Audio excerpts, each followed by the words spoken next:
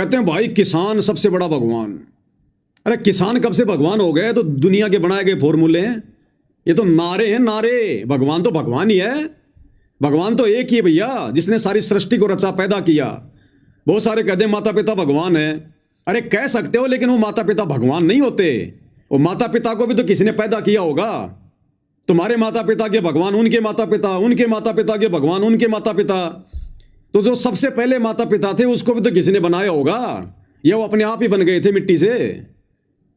और माता पिता भक्ति नहीं करेंगे, वो भी अगले जन्म में गधे कुत्ते सुअर बनेंगे। तो काहे के भगवान? तुम्हारे भगवान तो फिर 84 में जाएंगे। तो माता पिता को भगवान का दर्जा इसलिए दिया गया है कि माता पिता हमें जन्म देते हैं, हमें अच्छे संस्कार देते हैं, शिक्षा देते हैं।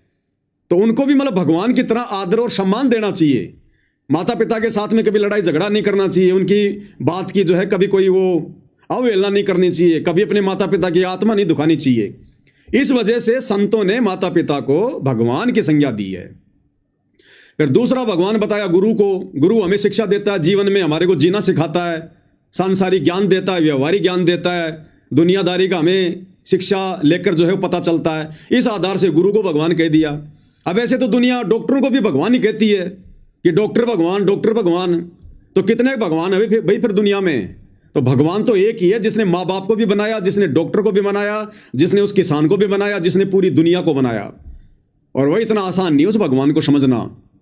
अब बार बार बोलूंगा तो दर्द होगा। वो भगवान संत रामपाल जी है जो वर्तमान में आया हुआ है। एक आम व्यक्ति आम संत के चोले में यहां पर वो लीला कर रहे हैं।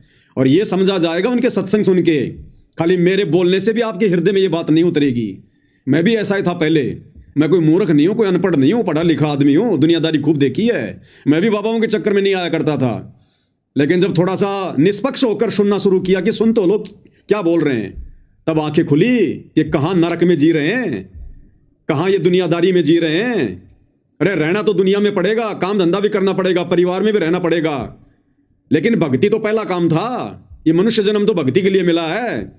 आज कोई प्रधानमंत्री बन गया चुनाव जीत के, कितनी मेहनत करी उसने, कितनी मेहनत करी होगी उसने चुनाव जीतने के लिए, प्रधानमंत्री बन गया। उसको यह भरोसा नहीं कि तेरी अगली सांस आएगी कि नहीं आएगी। कितने प्रधानमंत्री जो हेलीकॉप्टर में मर जाते हैं, दुर्घटना में, रोड पर मर जाते हैं, बीमारी से मर जाते हैं। तो जिसको अपने जीवन की अगली सांस का नहीं पता, वो प्रधानमंत्री क्या, चाहे प्रधानमंत्री का बाप बन के बैठा हो, मरने के बाद सीधा नरक में जाएगा। तो ये मनुष्य जन्म केवल भक्ति करके आत्मा का मोक्ष करवाने के लिए मिला था, ताकि वापस हमें 84 में ना जाना पड़े। हम जहां से आए थे अपने बाप से बिछुड़कर शतलोक से इस काल के चक्कर में, हम वहीं मरने के बाद में परमात्मा हमारी आत्मा को वहां ले जाए। नहीं भैया, आज तो मनुष्य का शरीर है, आत्मा तो अजर अमर है, वो तो मरती नहीं है। कल को भगवान मनुष्य शरीर से निकाल के गधे के शरीर में डाल देगा। फिर खाओ सारा दिन उसको मार के लठ, 2.5 मन का बोरा चढ़ो पजावे पे, ईंटें ढोता हुआ। फिर कष्ट ही कष्ट है, फिर दुख ही दुख है।